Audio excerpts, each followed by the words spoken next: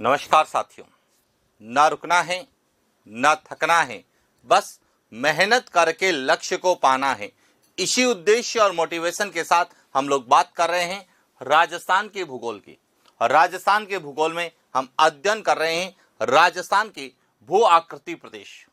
और जब हम राजस्थान के भू आकृति प्रदेशों का अध्ययन करते हैं तो राजस्थान को 4 भू आकृति प्रदेशों में विभाजित किया गया है। पश्चिमी मरुस्थलीय प्रदेश, अरावली पर्वतीय प्रदेश, पूर्वी मैदानी प्रदेश और दक्षिण पूर्वी पठारी प्रदेश। तो राजस्थान के भौतिक प्रदेशों में हम अध्ययन कर रहे हैं अरावली पर्वतीय प्रदेश, जिसे हम अरावली पर्वतमाला के नाम से जानते हैं।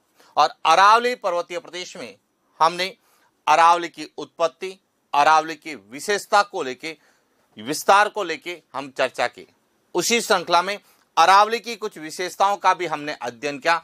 और आज हम अरावली की कुछ और विशेषताएं जो हमें एग्जाम पॉइंट ऑफ व्यू से पूछी जा सकती है, चाहे वह वनस्पति से संबंधित हो, मिट्टी से संबंधित हो, जलवायु से संबंधित हो, नदियों से संबंधित हो, जहां से भी अरावली की विशेषता का प्रश्न ज्योग्राफी के किसी भी टॉपिक से पूछा जाए तो हमारा प्रश्न गलत नहीं हो। इसी आधार पर हम अरावली की विशेषताओं का अध्ययन कर रहे हैं। तो शुरुआत करते हैं आज के सेशन की।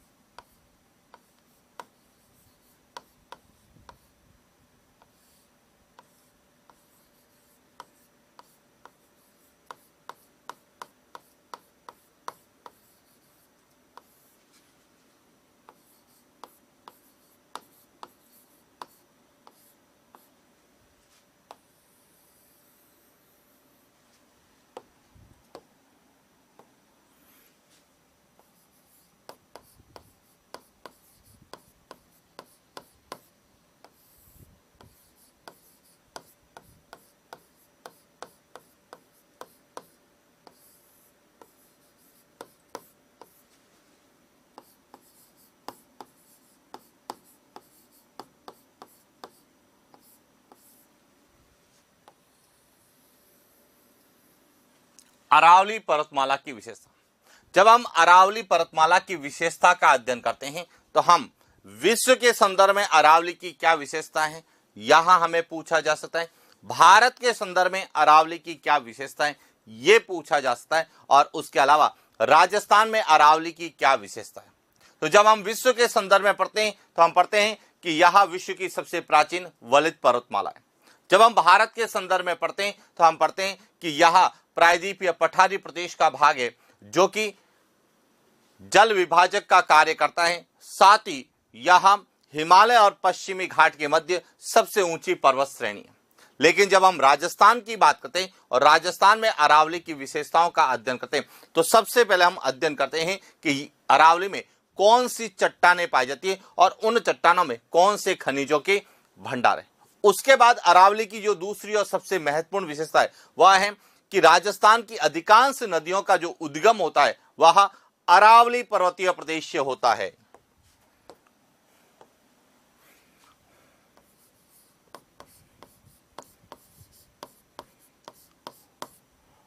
अरावली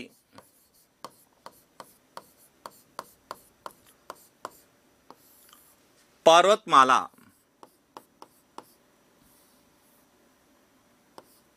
से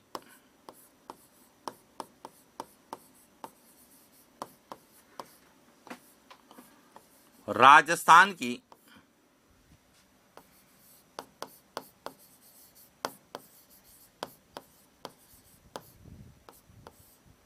अधिकांश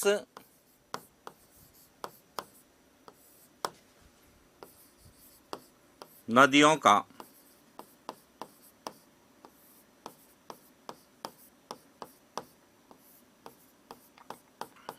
उद्गम, यानी कि राजस्थान से निकलने वाली अधिकांश नदियां हैं जो कहां से निकलती हैं, अरावली से निकलती।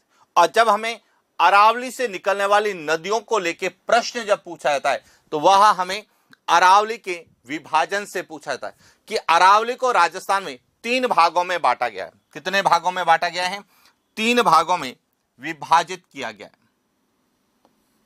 उत्तरी अरावली, मध्य अरावली और दक्षिण अरावली। तीन भाग है अरावली के। एक भाग कहलाता है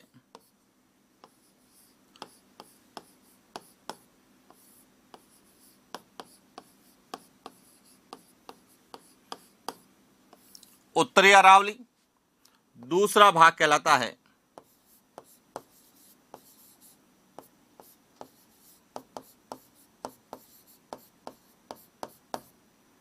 मध्य अरावली और एक भाग कहलाता है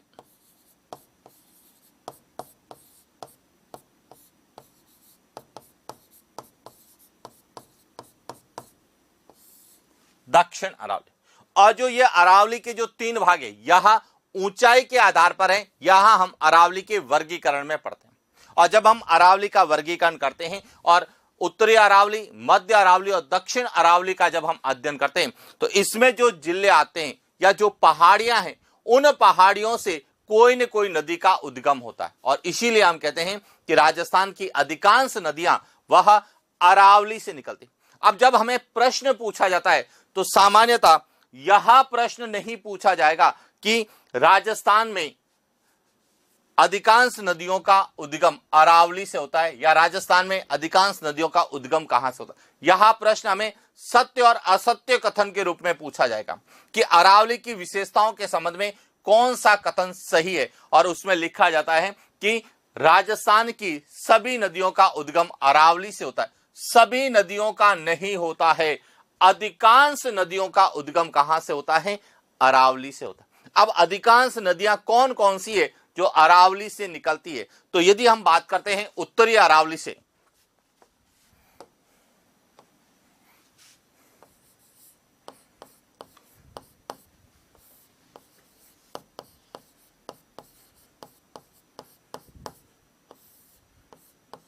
उत्तरी अरावली की बात करें तो उत्तरी अरावली से जो नदियां निकलती है उसमें जो प्रमुख नदियां हैं उसमें एक तो नदी है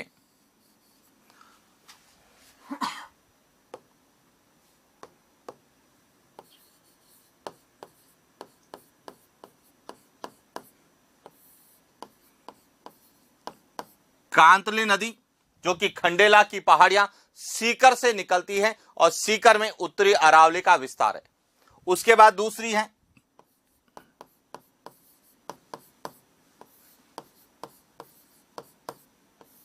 साबी नदी, जो कि सेवर की पहाड़ियों से निकलती है, कोटपुतली बहरोड से, जो कि उत्तरी अरावली के अंतर्गत आता है।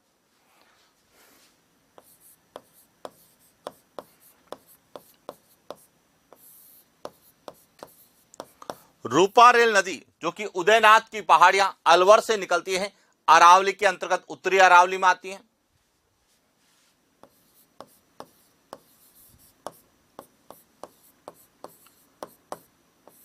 मंथा नदी, जो कि मनोहरपुरा की पहाड़ियां जयपुर से निकलती हैं।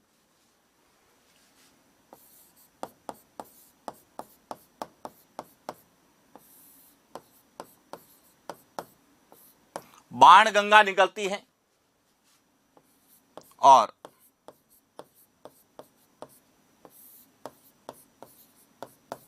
मोरेल नदी। इन सभी नदियों का जो उद्गम है वह कहां पर है?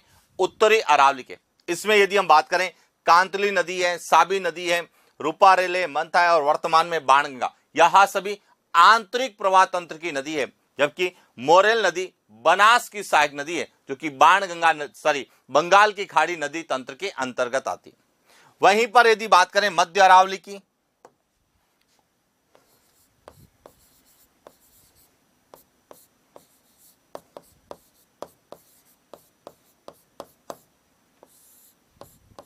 मध्य अरावली जिसका विस्तार अजमेर और ब्यावर में है, वहां से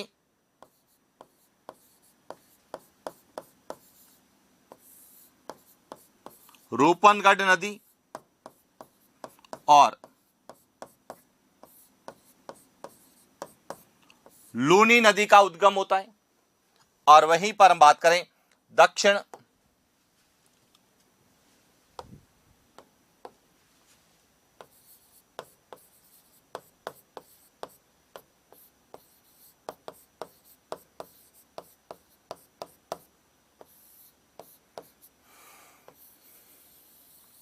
दक्षिण अरावली की बात करें तो यहां से जो नदियां निकलती हैं उसमें एक तो है बनास नदी है,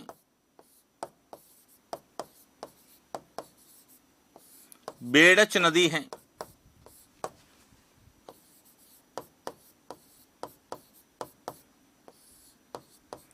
कोठारी नदी है,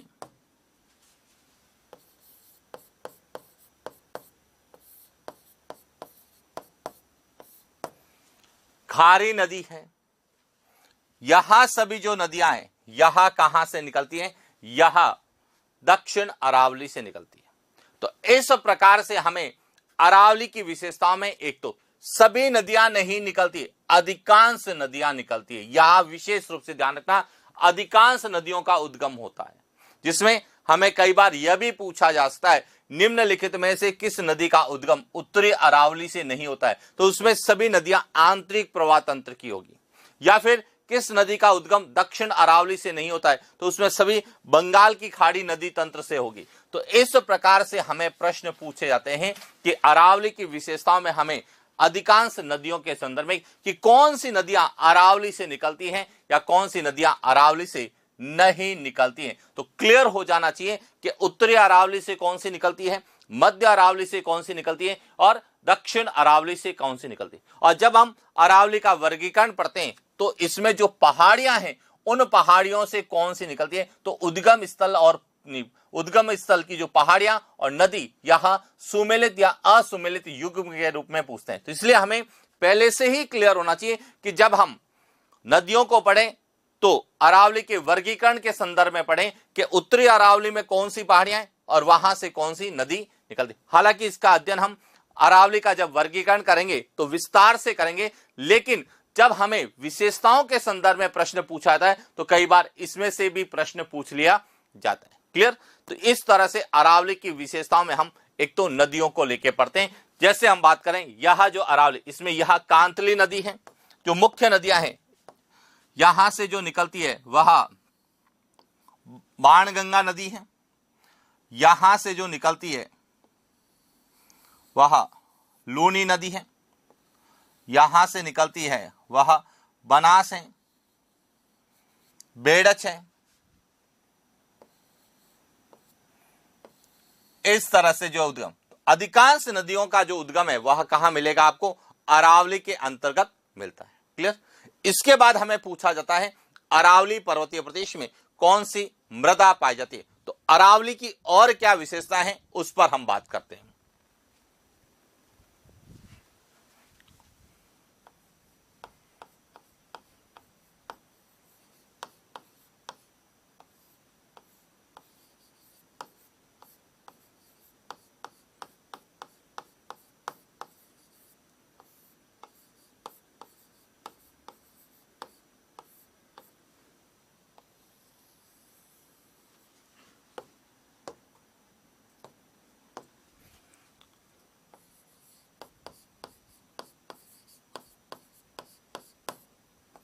अरावली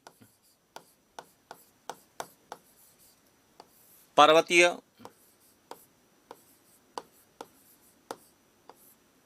प्रदेश में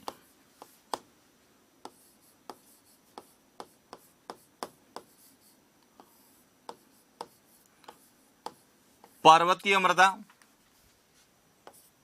जिसे लाल मृदा भी कहते हैं, और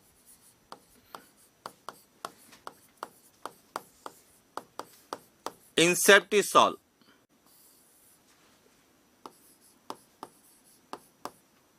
पाई। सबसे इंपॉर्टेंट है कि अरावली पर्वतीय जो प्रदेश है वहां पे कौन सी मिट्टी मिलेगी? पर्वतीय मृदा मिलेगी। और पर्वतीय मृदा का रंग कैसा होता है? लाल होता है। इसीलिए इसे हम क्या कहते हैं? लाल मृदा कहते हैं। और वैज्ञानिक वर्गीकरण के अनुसार इसे ही इंसेप्टिसॉल कहा जाता है। तो यहां से प्रश्न जो हमें पूछा जाता है, या तो पूछा जाता है कि लाल मृदा का विस्तार वाले जिले कौन से हैं, या राजस्थान में लाल मृदा का विस्तार कहां है, या फिर पूछा जाता है इंसेप्टिसॉल। सबसे ज्यादा जो वर्तमान में प्रश्न पूछे जा रहे हैं वह मृदा के वैज्ञानिक वर्गीकरण से पूछे जा रहे हैं कि वैज्ञानिक वर्गीकरण के अनुसार राजस्थान में 5 प्रकार की मृदा है। सबसे पहले हम हाड़ौती के पठार की बात करें तो वहां पर वर्टिसॉल मृदा पाई जाती है। उसके बाद हम पूर्वी मैदानी प्रदेश की बात करें तो वहां पर एल्फीसॉल मृदा पाई जाती है। और जब हम अरावली पर्वतीय प्रदेश, विशेष रूप से हम दक्षिण अरावली की बात करते हैं तो वहां पर इनसेप्टिसॉल मृदा पाई जाती है। यानी कि 3 प्रकार की मृदा 3 भौतिक प्रदेशों में पाई जाती है और 2 एंटीसॉल और एरिडिसॉल यहां पश्चिमी मरुस्थलीय प्रदेश में पाई जाती है। तो राजस्थान में वैज्ञानिक वर्गीकरण के अनुसार जो 5 प्रकार की मृदा है उसमें से इंसेप्टिसॉल मृदा अरावली में, और अरावली में भी जब हम पढ़ते हैं तो विशेष रूप से यहां दक्षिण अरावली वाले जिले, उन जिलों में यहां पाई जाती है। अब दूसरा और सबसे इंपॉर्टेंट प्रश्न है कि यहां जो मिट्टी है इसका रंग लाल होता है, तो इसके लाल रंग का प्रमुख कारण क्या है?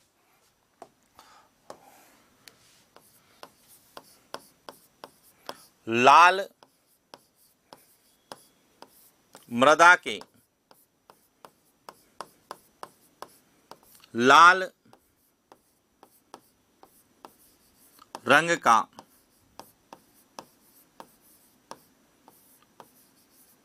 प्रमुख कारण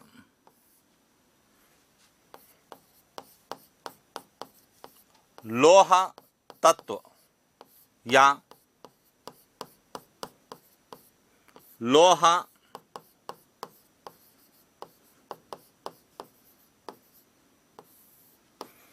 ऑक्साइड की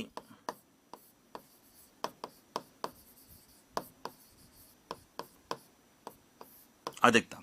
कि जो लाल मिट्टी है इसका लाल रंग होता है, इसका कारण है कि इसमें लोहा तत्व, लोहा ऑक्साइड की अधिकता होती है, जिसे हम फेरस ऑक्साइड रासायनिक भाषा में या रासायनिक रूप में फेरस ऑक्साइड कहते हैं या लोहा ऑक्साइड कहते हैं, इसकी अधिकता होती है और यही कारण है कि लाल मिट्टी का रंग लाल होता है। अब देखिए जहां पर भी लाल रंग आए, जैसे मंगल ग्रह का रंग लाल है इसलिए उसे लाल ग्रह कहते हैं, उसका कारण भी लोहा तत्व की अधिकता है। हम बात करते हैं रक्तमणि, तांबड़ा जिसे हम रक्तमणि के नाम से जानते हैं, उसके लाल रंग का कारण है तो वह भी क्या है? लोहा तत्व की अधिकता, लोहा ऑक्साइड की अधिकता। और लाल मिट्टी के लाल रंग का कारण है तो वह भी क्या है? लोहा तत्व की अधिकता। और जो हमारा रक्त, ब्लड जो है इसके रंग लाल होता है, क्यों? इसमें भी लोहा तत्व की क्या होती है? अधिकता होती है, हीमोग्लोबिन के रूप में हम लोग जानते हैं। तो इस तरह से हमें लाल मिट्टी के लाल रंग का कारण क्या है। इसके बाद एक और पॉइंट जो सबसे इंपॉर्टेंट है कि लाल मृदा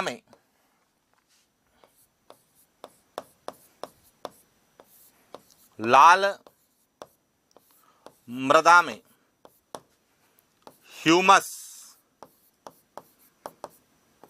तथा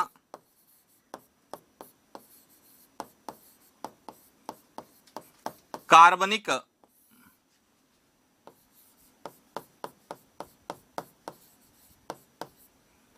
यौगिकों की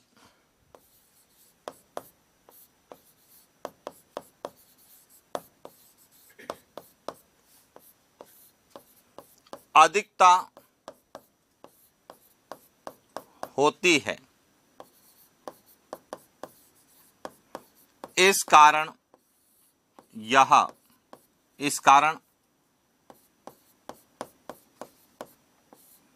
लाल मृदा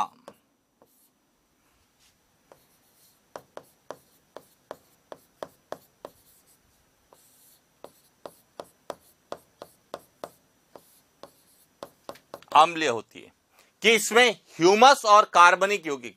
अब देखिए जब हम राजस्थान की मृदा का अध्ययन करते हैं, चाहे हम काली मिट्टी का अध्ययन करें, चाहे हम झलोट मिट्टी का अध्ययन करें, चाहे हम रेतीली बलुई मिट्टी का अध्ययन करें, चाहे हम पर्वतीय या लाल मृदा का अध्ययन, इन सभी मृदा में सबसे ज्यादा जो ह्यूमस, जो कार्बनिक यौगिक होता है वह इसी मिट्टी में होता है। और यह प्रश्न कई बार एग्जाम में पूछा जाता है कि राजस्थान में सर्वाधिक कार्बनिक यौगिक या ह्यूमस वाली मृदा कौन सी है, तो वह लाल मृदा है। और इसका कारण है कि अरावली पर्वतीय प्रदेश जो है वह राजस्थान में सर्वाधिक जैव विविधता वाला क्षेत्र है, जहां पर प्राकृतिक वनस्पति भी हैं, जीव जंतु भी हैं, कीड़े मकोड़े भी हैं।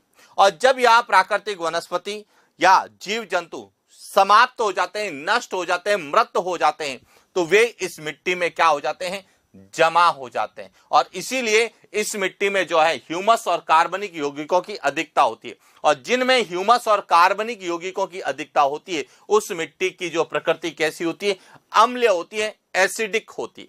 और जब हम मृदा की समस्याओं का अध्ययन करते हैं, तो जो अम्लीय मृदा होती है, उसकी समस्या के समाधान के लिए हम रॉक फॉस्फेट का प्रयोग करते हैं। और इसीलिए देखा होगा कि रॉक फॉस्फेट राजस्थान में सबसे ज्यादा झामर कोटड़ा, उदयपुर से निकलता है। तो यह ध्यान रखना कि प्रकृति अपना संतुलन बनाए रखती है। जहां जिस प्रकार की समस्या होगी, उसका समाधान उसी क्षेत्र में आपको मिलेगा। जैसे हम पश्चिमी मरुस्थलीय प्रदेश की बात करें, पश्चिमी मरुस्थलीय प्रदेश में क्षारीयता की समस्या है और क्षारीयता की समस्या है, और क्षारीयता की समस्या के लिए हम जिप्सम का प्रयोग करते हैं। तो पश्चिमी राजस्थान में जिप्सम के भंडार है।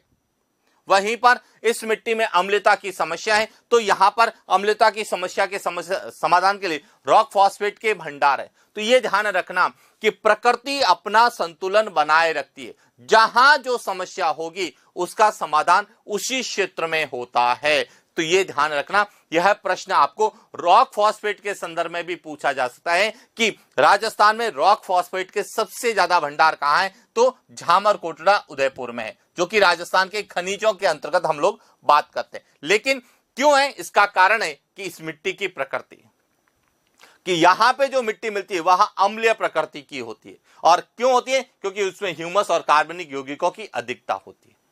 अब इसके बाद, अब इसमें ह्यूमस और कार्बनिक यौगिकों की अधिकता होती है, इसका रंग लाल होता है। तो यह किसके लिए उपयोगी है, तो ध्यान रखना, लाल मृदा,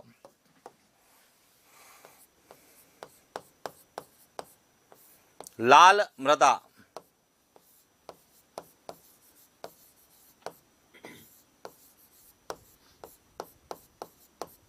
मक्का के लिए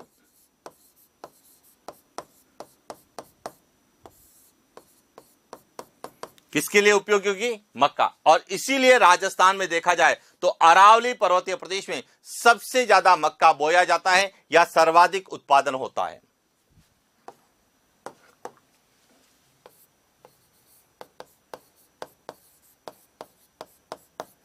अरावली पर्वतीय प्रदेश के उदयपुर, भीलवाड़ा,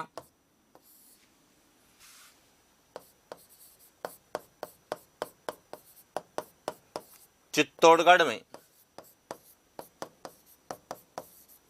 सर्वाधिक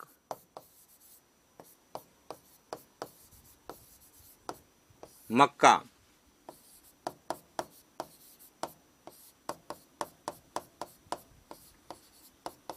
बोया जाता है। और उत्पादन भी जो है वह इसी क्षेत्र में भीलवाड़ा, चित्तौड़गढ़, उदयपुर जिलों में होता है। तो इसीलिए ध्यान रखना कि लाल मिट्टी जो है वह किसके लिए उपयोगी है, मक्का में। और इसी कारण अरावली पर्वतीय प्रदेश के उदयपुर, भीलवाड़ा और चित्तौड़गढ़ में सबसे ज्यादा मक्का बोया जाता है। और राजस्थान में सबसे ज्यादा जनजातियां हैं वह इसी अरावली पर्वतीय प्रदेश में निवास करती है। इसीलिए अरावली पर्वतीय प्रदेश में निवास करने वाली जनजातियों का मुख्य खाद्यान्न क्या है, मक्का है। यह ध्यान रखना।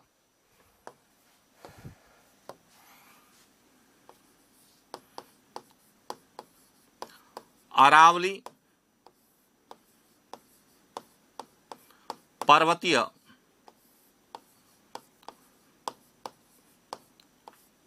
प्रदेश में निवास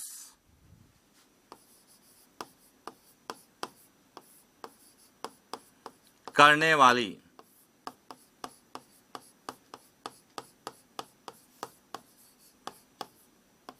जनजातियों जैसे भील हैं, डामोर, आदि का मुख्य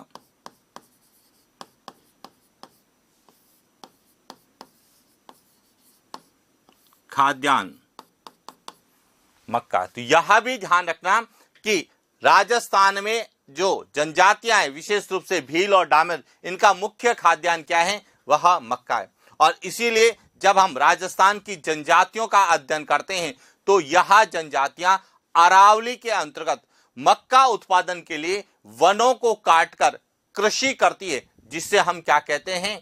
स्थानांतरित कृषि कहते हैं।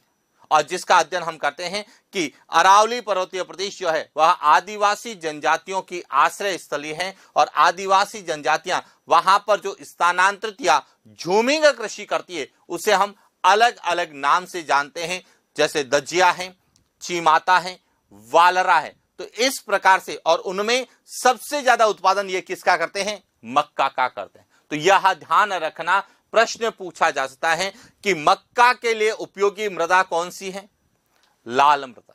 या राजस्थान में सबसे ज्यादा मक्का का उत्पादन कहां होता है? अरावली पर्वतीय प्रदेश। और अरावली के अंतर्गत भी जब हम वर्गीकरण पढ़ते हैं तो दक्षिण अरावली में सबसे ज्यादा इसका उत्पादन होता है, सबसे ज्यादा वहीं पर बोया जाता है और उत्पादन भी वहीं होता है। क्लियर हो गया? और इसके बाद हम बात करें तो आदिवासी जनजातियों का मुख्य खाद्यान्न क्या है? मक्का है। और इसीलिए जो राजस्थान में मक्का अनुसंधान केंद्र है बांसवाड़ा में, उसके द्वारा मक्का की कुछ किस्म विकसित की गई है जो हमें बहुत बार एग्जाम में पूछी जाती है।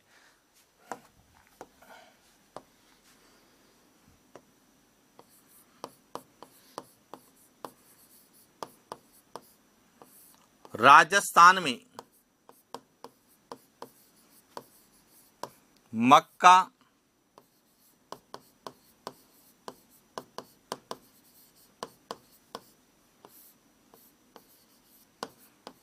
अनुसंधान केंद्र कहां पर है? यह बोसावट बांसवाड़ा में। बोसावट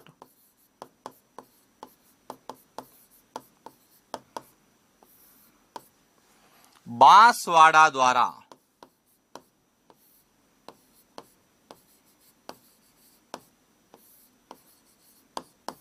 मक्का की किस्म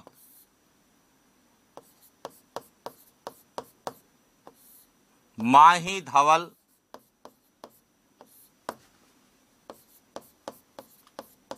माही कंचन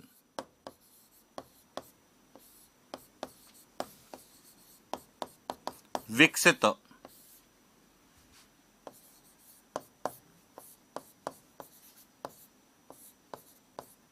की गई है। कि जहां पे मक्का ज्यादा उत्पादन होता है तो वहां पर मक्का अनुसंधान केंद्र के द्वारा मक्का की किस्म विकसित की गई है, जिसका नाम है माही कंचन और माही धवल।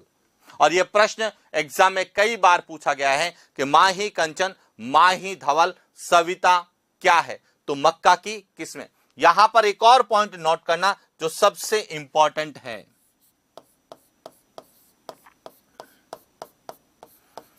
माही सुगंधा,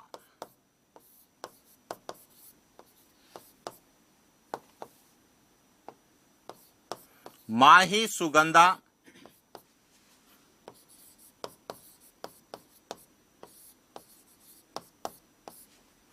चावल की किस्म है।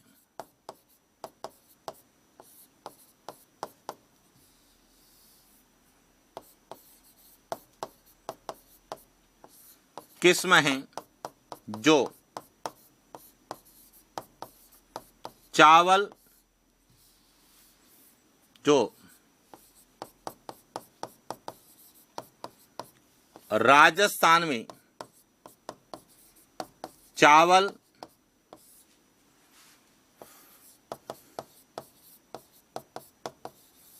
अनुसंधान केंद्र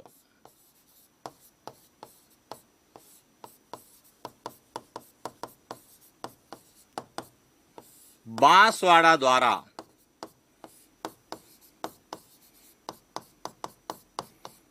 विकसित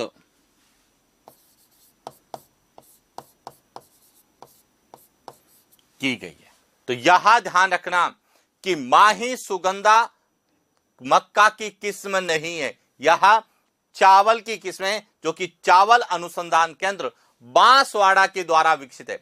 जबकि माही धवल और माही कंचन यह मक्का की किस्म है, जो कि राजस्थान में मक्का अनुसंधान केंद्र बोसावट बांसवाड़ा के द्वारा विकसित है। तो इस प्रकार से हमें अरावली में कौन सी मिट्टी पाई जाती है, उसमें कौन सी फसल का उत्पादन होता है और उस के उत्पादन को बढ़ावा देने के लिए कौन सी किस्म तैयार की गई है और वह किस्म किसके द्वारा तैयार या विकसित की गई है और उसका नाम क्या है। क्योंकि कई बार हमें पूछा जाता है निम्नलिखित में से मक्का की किस्म नहीं है, माही धवल, माही कंचन, माही सुगंधा और सविता। तो ये ध्यान रखना, माही सुगंधा चावल की किस्म है और माही सुगंधा सबसे ज्यादा कहां होता है, बांसवाड़ा में होता है। कई बार आपसे डायरेक्ट पूछा जाएगा कि माही सुगंधा चावल का सबसे ज्यादा उत्पादन कहां होता है, तो बांसवाड़ा में होता है। तो इस प्रकार से हमें जब हम राजस्थान में अरावली पर्वतीय प्रदेश की विशेषताओं का अध्ययन करते हैं तो हम मिट्टी के साथ साथ उसमें कौन सी फसलों का उत्पादन होता है इस पर भी हम विस्तार से चर्चा करते हैं। इसके बाद हमें पूछा जाता है जलवायु के संदर्भ में कि अरावली पर्वतीय प्रदेश में किस प्रकार की जलवायु पाई जाती है। तो देखिए, जब हम अरावली की बात करते हैं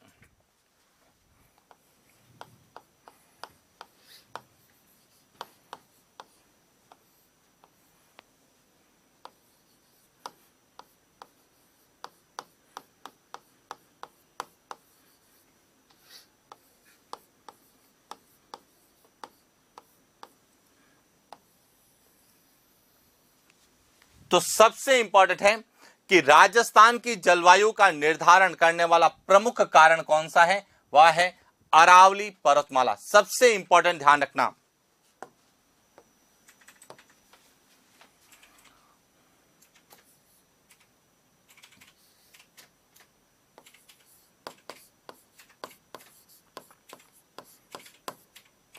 अरावली पर्वतमाला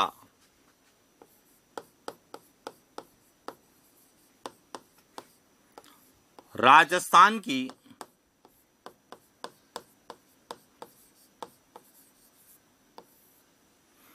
जलवायु को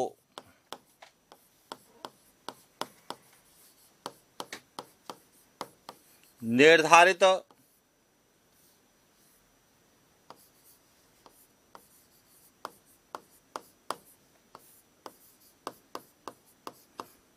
करने वाला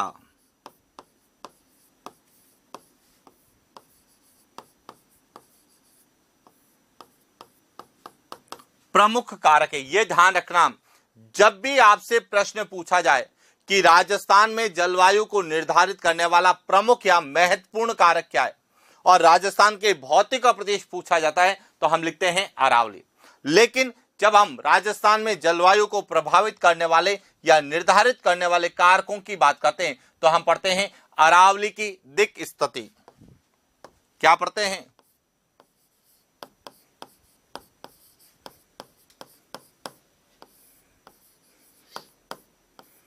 अरावली की दिक् स्थिति। यानी कि प्रश्न आता है कि राजस्थान की जलवायु को प्रभावित या निर्धारित करने वाली भौगोलिक संरचना कौन सी है, तब तो हम लिखेंगे अरावली पर्वतमाला। लेकिन जब हमें यही पूछा जाता है कि राजस्थान में या राजस्थान की जलवायु को प्रभावित या निर्धारित करने वाला प्रमुख कारक कौन सा है, तो हम लिखते हैं अरावली की दिक् स्थिति। दिक् का मतलब है समांतर, कि जो है राजस्थान में जो ग्रीष्मकालीन दक्षिण पश्चिम मानसून आता है, इसकी दो शाखाएं राजस्थान में क्या करती है, प्रवेश करती है। एक अरब सागरीय शाखा, दूसरी बंगाल की खाड़ी शाखा। तो जो अरब सागरीय शाखा है वह अरावली पर्वतमाला के समानांतर राजस्थान को पार कर जाती है और पश्चिमी राजस्थान में वर्षा नहीं करती। जबकि जो बंगाल की खाड़ी शाखा है वह अरावली की शाखा, बंगाल की खाड़ी जो शाखा है उसको अरावली रोककर पूर्वी राजस्थान में क्या करवाती है, वर्षा करवाती है। और इसीलिए राजस्थान की जलवायु का निर्धारण करने वाली जो सबसे प्रमुख ऋतु है वह वर्षा ऋतु है, और वर्षा ऋतु सबसे ज्यादा प्रभावित किससे होती है? अरावली से होती है। और इसीलिए जो है हम अरावली को राजस्थान में जलवायु का प्रमुख प्रभावित करने वाला या निर्धारित करने वाला कारक मानते हैं। कैसे मानते हैं अब समझना यहां से।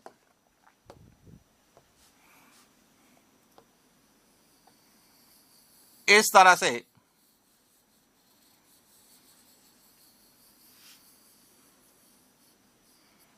अरावली का राजस्थान में विस्तार है। अब हम कहते हैं कि हमारे यहां पर दो शाखाएं आती है,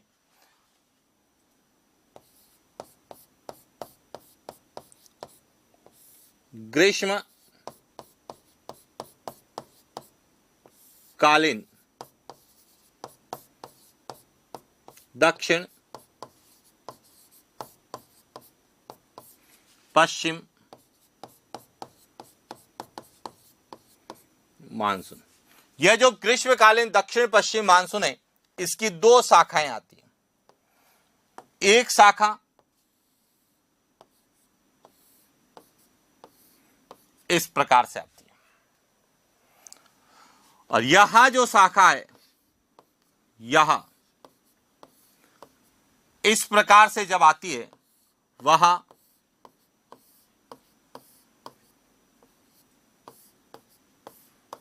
अरावली के समांतर यह जो शाखा है यह है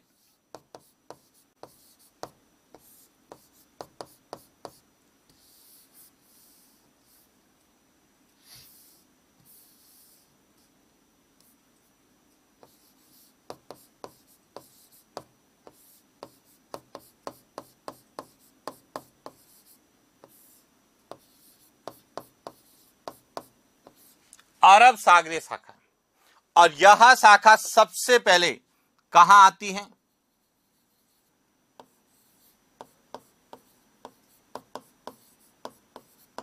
बांसवाड़ा। और यहां इस क्षेत्र में तो क्या करती है?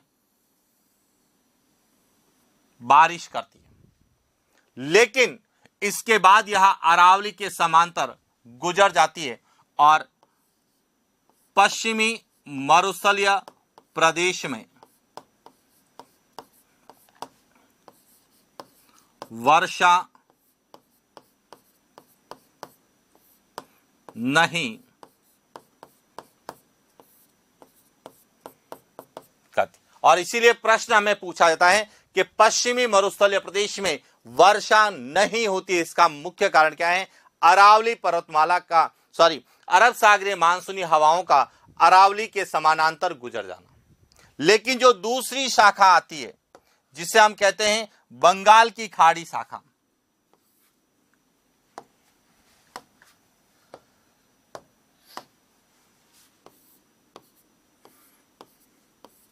यहां जो बंगाल की खाड़ी शाखा है यहां अरावली से टकराकर पूर्वी राजस्थान में क्या करती है? वर्षा करती है।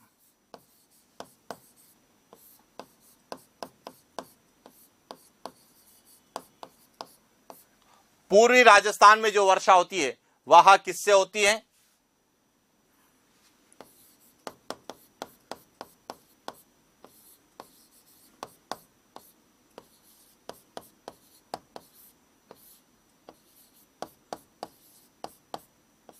बंगाल की खाड़ी शाखा से। अब यहां पे समझना जो सबसे इंपॉर्टेंट पॉइंट है वह है कि पश्चिमी राजस्थान में 50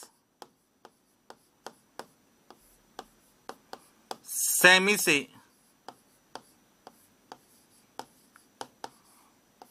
कम वर्षा होती है और पूर्वी राजस्थान में 50 सेमी से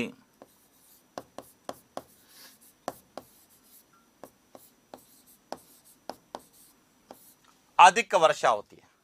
इसका मतलब है कि यहां जो रेखा है इसे हम कहते हैं 50 सेमी सम वर्षा रेखा।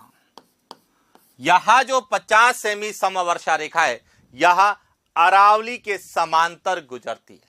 तो अब यहां पे जो सबसे इंपॉर्टेंट है समझने की बात, हमने क्या लिखा कि अरावली पर्वतमाला राजस्थान की जलवायु को निर्धारित करने वाला प्रमुख कारण है। इसका मुख्य कारण क्या है? अरावली की दिक् स्थिति। और इससे किस प्रकार से जलवायु प्रभावित होती है तो देखिए,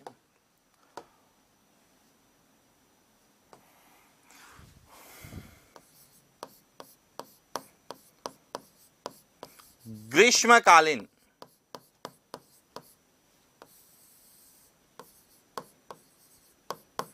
दक्षिण पश्चिम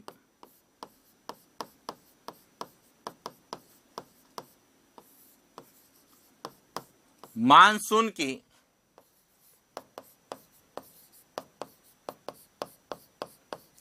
अरब सागरीय शाखा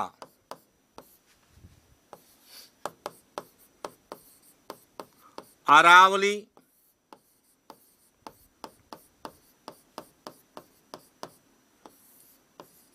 पर्वतमाला की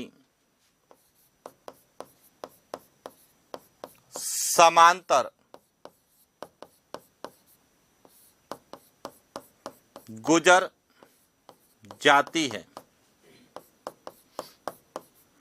जिससे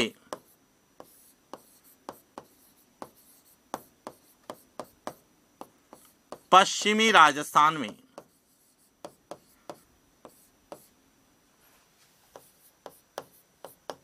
वर्षा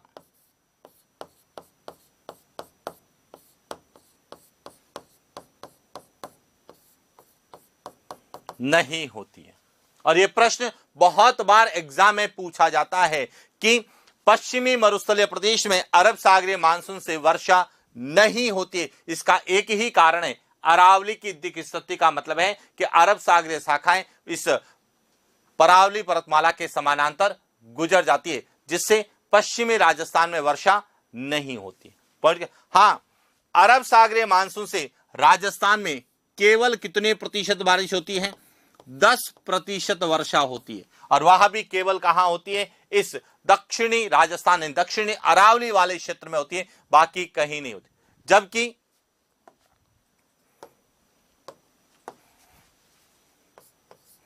जबकि अरावली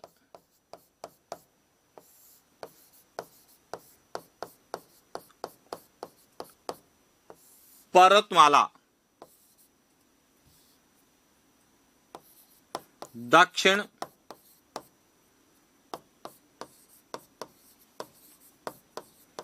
पश्चिम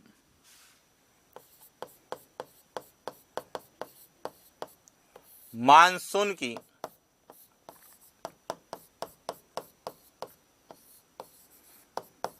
बंगाल की खाड़ी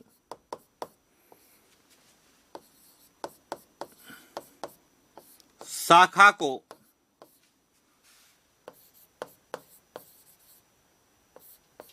रोककर पूर्वी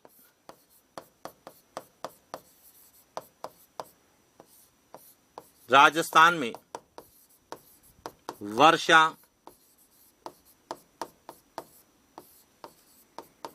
कराती। तो अब देखिए, एक और तो अरावली के कारण वर्षा होती है और एक और अरावली के कारण वर्षा नहीं होती है। इसका मतलब है कि राजस्थान में वर्षा किस पर निर्भर कर रही है? अरावली पे। और राजस्थान की जलवायु किस पे निर्भर कर रही है?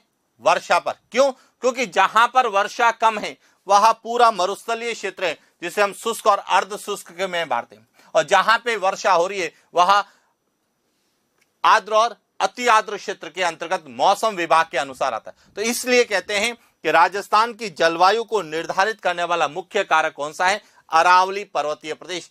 और इस बंगाल की खाड़ी शाखा से राजस्थान में लगभग 90% मानसूनी ग्रीष्मकालीन मानसूनी वर्षा होती है। तो इस प्रकार से हमें एक तो अरावली की जो विशेषताओं में जलवायु के संदर्भ में जो विशेषता पूछी जाती है यह विशेष रूप से हमें पता नहीं। लेकिन जब हम वर्षा के वितरण की बात करते हैं तो जो 50 सेमी समवर्षा रेखा, जिसे 500 मिलीमीटर समवर्षा रेखा कहते हैं, वह भी अरावली के समांतर गुजरती है और जो कि राजस्थान को दो भागों में विभाजित करती है, पूर्वी राजस्थान और पश्चिमी राजस्थान।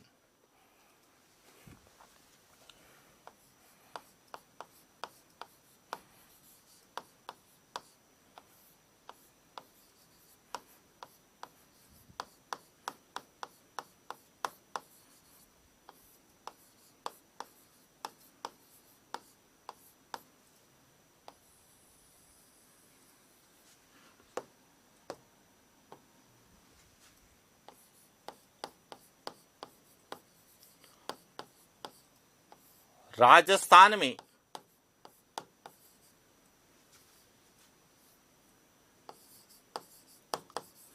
वर्षा के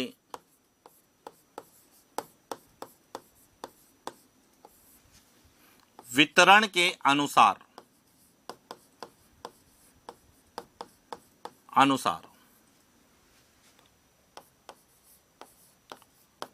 50 सेमी या 500 मिलीमीटर समवर्षा रेखा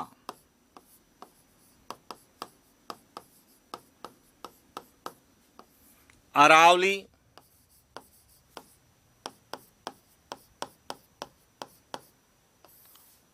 पर्वतमाला के समांतर गुजरती है, जो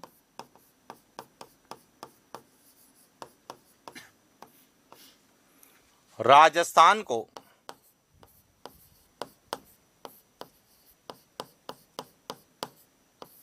दो भागों में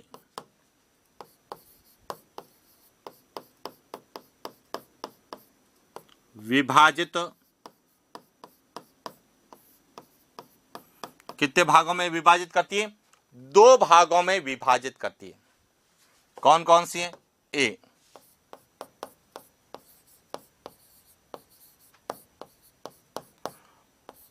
पश्चिमी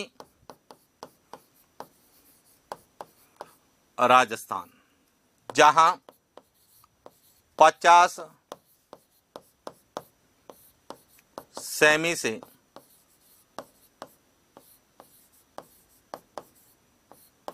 कम वर्षा होती है, और दूसरा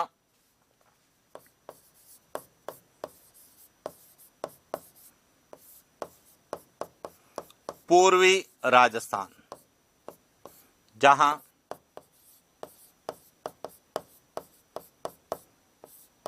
50 सेमी से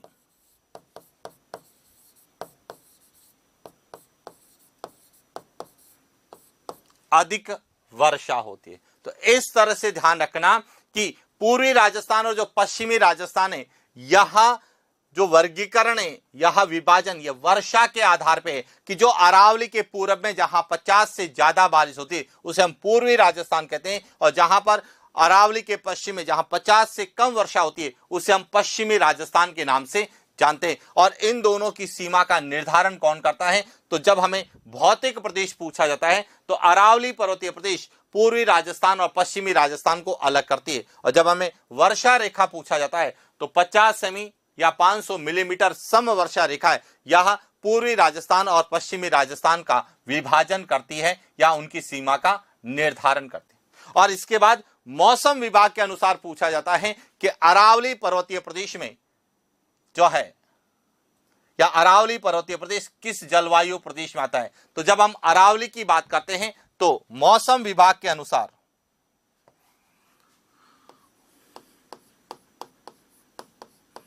मौसम विभाग के अनुसार अरावली पर्वतीय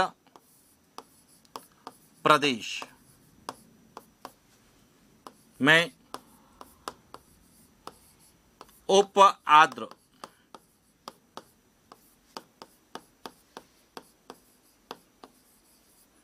जलवायु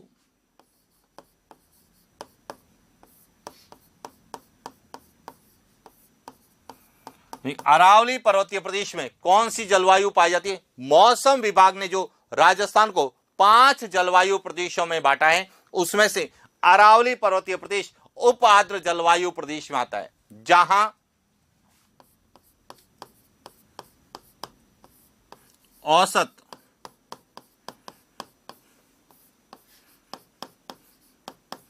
वार्षिक वर्षा 40 से 60 सेमी होती है। लेकिन जहां पर औसत वार्षिक वर्षा कितनी होगी? 40 से 60। जहां पर भी 40 से 60 औसत वार्षिक वर्षा होती है, वह उप आर्द्र जलवायु प्रदेश है। किसके अनुसार? मौसम विभाग के अनुसार। और इसीलिए हमें यहां से जो सबसे इंपॉर्टेंट प्रश्न पूछा जाता है, अब समझना यहां से कि यहां जो अरावली पर्वतमाला है,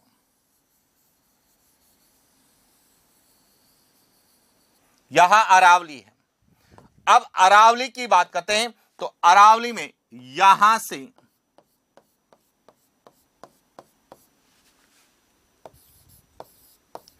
40 सेमी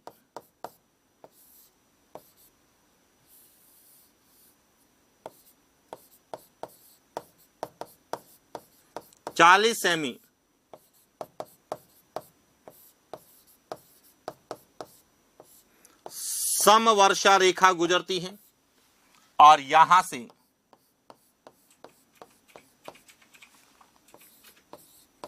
60 सेमी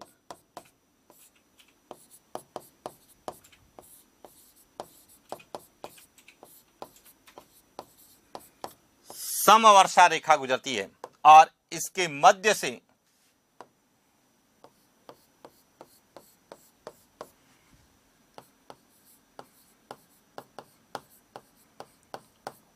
50 सेमी समवर्षा रेखा। तो अब हमारा यहां से जो प्रश्न पूछा जाता है, जो सबसे इंपॉर्टेंट है कि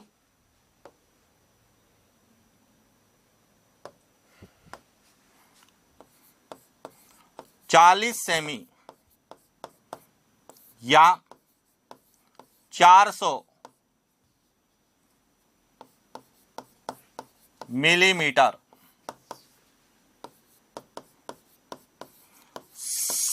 समवर्षा रेखा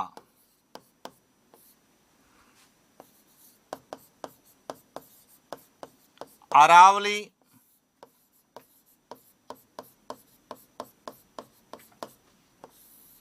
पर्वतमाला की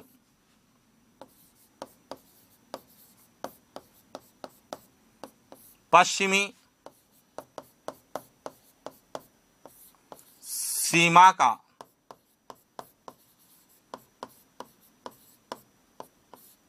निर्धारण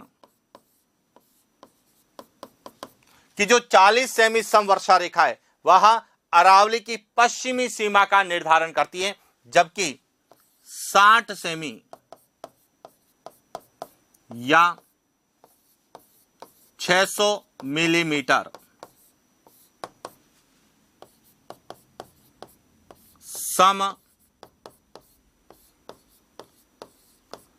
समवर्षा रेखा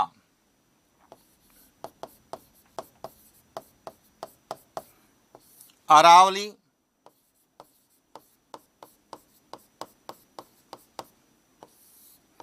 पर्वतमाला की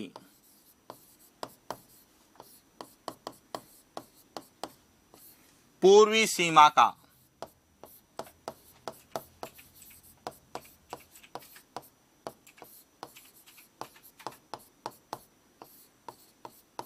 निर्धारण करते।